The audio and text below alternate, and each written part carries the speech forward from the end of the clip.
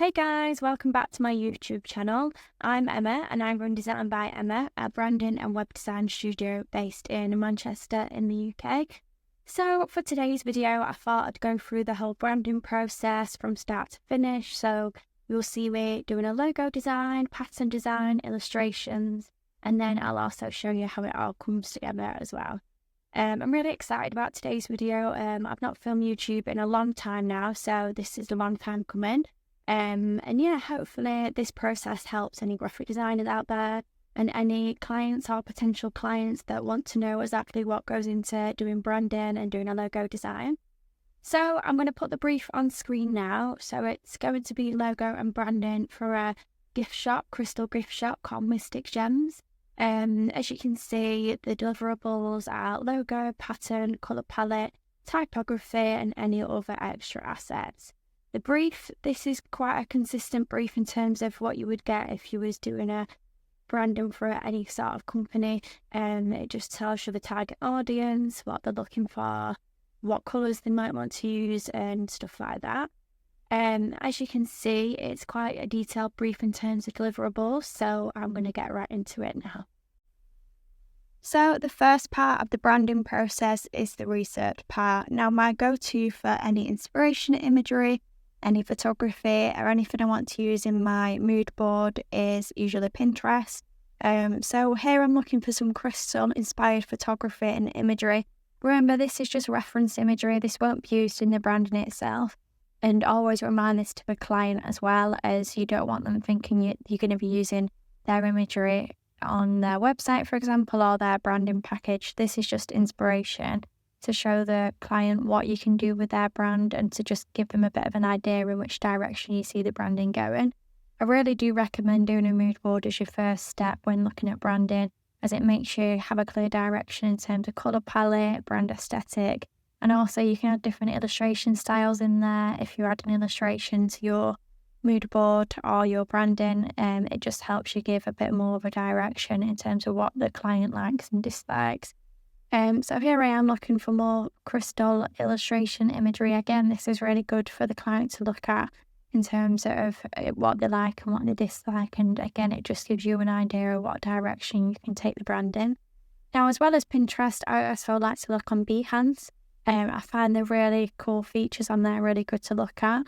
As I know I want to use purple within this branding, so you can search by colour. Although I'm not looking at crystal branding, the colour palettes are really good to look at on here for inspiration, to see what colours work well together. And it's also good to see what type of typography and stuff like that people use with the colours as well. So as you can see, I've searched by the colour purple. There's some really cool projects on here, really good inspiration. And yeah, Behance is my second go-to when it comes to looking at branding research. So what I'm doing now is just getting loads of images together so that we can make the initial mood board for the client to look over. So now I'm going into Illustrator to create my mood board. So it's pretty easy to create a mood board within Illustrator. Simply do about 9 different squares and create shapes, and then you basically create clipping masks with each of the images and shapes. So to save time, I've just placed all my images that I found on Pinterest and Behance and put them all within Illustrator. And now, as you can see, I'm doing different clipping masks just to create the mood board. Now, I've tried to get quite a different balance of imagery. So we've got colour palettes such as the stairs. We've got different colour gradients with the sky, different tones. I wanted to include quite a lot of photography within this mood board, as I really want a nice aesthetic and for the clients to feel like I know exactly what they're looking for. They want to use dreamy colours, dreamy colour palette. They want something that's quite magical. And then I've also included lots of illustration examples as well. So with these illustration examples, as I said before, these are really good to include within the initial mood board, as you really gauge if the client will like that sort of illustration style, if they want that much illustration within their branding, and it just kind of puts you on the right path. So here's all the different images within the mood board. I did have a few images left over, as you can see. I'm quite happy with what I've got, so I am going to remove them. I've got a nice mixture of photography, typography, illustration, and then colour palette in here. Again, this is just an example, nothing is set in stone. And as I said, it just gives the client a bit of an idea of which direction you see their branding going. And it's a really good stage to have within your branding process, as you kind of see what the client likes and dislikes. As well as having lots of imagery within the mood board, I also like to include colour palette. So again, these are just example colours that I'm placing in here. Nothing is set in stone. But again, it gives you a good idea of what colours you can use within the branding, and it lets you know if the client will like them or not. So I've just picked lots of pastel colours, the main focus again being a purple colour, and then I've gone for pinks, a bit of yellow, and then just different tones as well. I've also decorated it nicely, so I added a background colour and then a little bit of definition with the box as well. So this first stage will be sent to the client, get their feedback, and then it sets you on the right path for the next stage, which is the logo design. So now's the fun part. I'm going to start looking at the logo design in Illustrator. So the main thing I do for this to start off with is do it in black and white. This is key when doing logo design, as you want it to work in black and white first, and then you add the colour next. So because this logo consists of 2 words, mystic and gems, I want to do each of the words separately so I can really focus on how each of the different words look and then bring them together. So first up, I do different variations of whatever logo I'm doing. So in this case, it's mystic, and I look at all my different fonts. I look at what sort of style I want to use, and I know for this logo, I want the word mystic to look bold, but almost not too bold that it's in your face and it takes the mystical, magical feel away. So as you can see here, I'm just going through different fonts, just seeing what works, seeing what doesn't work, and just really seeing what different typography I can create. Now, one thing to mention as well is when you're looking at fonts, always change how they look on paper.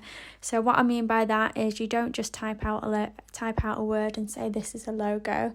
You've got to manipulate the text in some way to make it unique to your logo. You want someone to look at it and not even realise it's a font. You want them to realise it's a logo. You want it to be unique, and you don't want anyone to be able to recreate it. So in this case, I picked my favourite font here. I've expanded it and I'm recreating it in terms of manipulating how the T looks. I'm changing how the letters look. I'm changing the spacing, and I'm going to make it really unique to my logo and my branding. Now, once I'm happy with this first part, I'm going to look at the next word, which is obviously gems. Now, I want this to have a softer feel as it's a smaller word, and obviously we want the main focus in this logo to be mystic. So again, I'm going to do different variations of the logo, obviously keeping the word mystic, and then obviously changing the word gems and seeing what sits well underneath it. I think I want this sitting underneath it just so it's easy to read and it's consistent and it's all in one place and your eye doesn't move too much when you look at the logo. Again, I've done it in black so you can see what it looks like in solid colour before you add any other colours. So here is my final logo in black and white. Now it's time to add some colour and make the logo come to life. Next is the fun bit where we add colour. So just to save time and for a bit of ease, I've put the main colours that I want to use on this palette already. Sometimes this stage can take a bit longer if you're not 100% sure on what colours you want to use, but I've gone with a really soft pink, a purple and a blue. So here I am just getting my logo ready to be coloured in. I just want to see what the different colours look like against each other. I think these are really nice colours to use for the Mystic Gems branding, as they're quite soft, approachable, and colour palette is a big thing when you're looking at branding. Have a think about what the customer might feel when we look at the logo, what colours they associate with the sector that the brand's in. For example, this wants to be really calming, relaxing and magical. So first up, I've used the pink colour. I'm going to do about 4 different colour options for this logo just to see what works well as well. I might also use a gradient as well, just going to see how it all looks together. I think the purple works really well, and I'm a big fan of using muted colour along with a darker colour. This always works well, so these purples and pinks look really nice, and obviously it makes the mystic, which is the main word within this branding, really pop.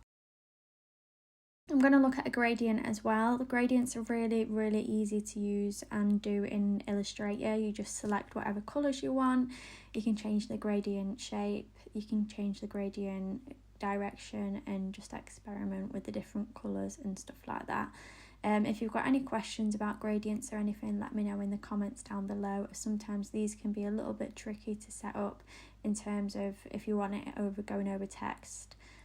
But yeah, I really like this colour. I like how the pink blends with the purple and then the blue, and it just makes it pop as well.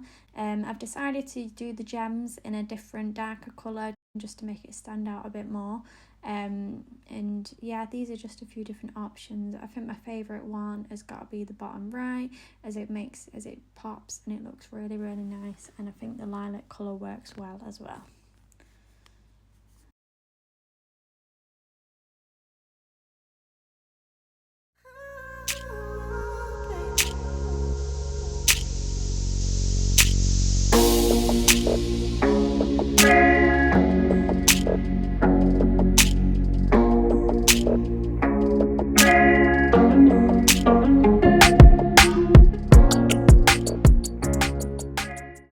So after finalising the logo for Mystic Gems, I then used Procreate on my iPad to sketch out different holistic shapes, such as crystals, moons and stuff like that.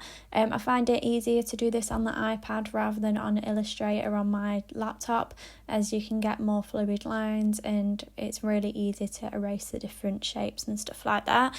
So once I was happy with the drawings, I then put them in Illustrator and began to colour them in using the brand colours, as you can see here. I find it easier to do it this way rather than colouring in Procreate, as it's easier to change the colours within Illustrator. And the best way to put these in Illustrator is just import them in and then live trace them. Next, I wanted to do a really nice pattern for the brand. I feel like when you have a brand pattern, it's so versatile in terms of you can do so many different things with it. You can use it on packaging, tissue paper, website, social media and stuff like that. So here I am just changing how the pattern looks and coordinating them so there's fill all the negative space. You can change this as you go along, and it is super easy to do different patterns within Illustrator. You just select all your shapes, go on to pattern and then click make, and as you can see, you can change where the direction of the different shapes. You can make them bigger, smaller, and I also always like to add a little bit of a shadow behind the pattern as well, just to add a bit of definition. I feel like once you've got a brand pattern, it really does bring the branding together as you're using the brand colours. You've got an illustration style, and it is something you can use throughout your branding. So here is the final pattern. As you can see, you can add different background colours to the pattern because it's not got a background colour at the moment, which makes it really easy in terms of versatile and to put it on different elements, as you don't have to have a solid background colour, and you can really see what colours make the pattern pop. In this instance, I used a really light lilac colour just to make the different elements within the brand pattern really pop, and I feel like lilac and purple is the main colour of the brand here. Usually when presenting to the customer or client, I like to do different options, so they've got different options in terms of how they want to use the pattern and how the pattern can look in different instances. So after doing the logo, the brand pattern and the icons, I then wanted to do some further marketing materials just to show off the branding as much as possible and show it in real life instances. So for this example, I'm going to do a business card design just to show off the logo and the brand pattern. I feel like it really does bring everything together, and it just makes it look like it's a finished brand and really makes the customer or client envisage the brand in real life, such as if they do business cards in the future, if they do stickers or anything like that, they know exactly how it could and can look. So here is everything all together. You've got the logo, the brand pattern, the icons, the business card and the sticker designs. I hope you like this whole process and the overall branding. Here's the final look.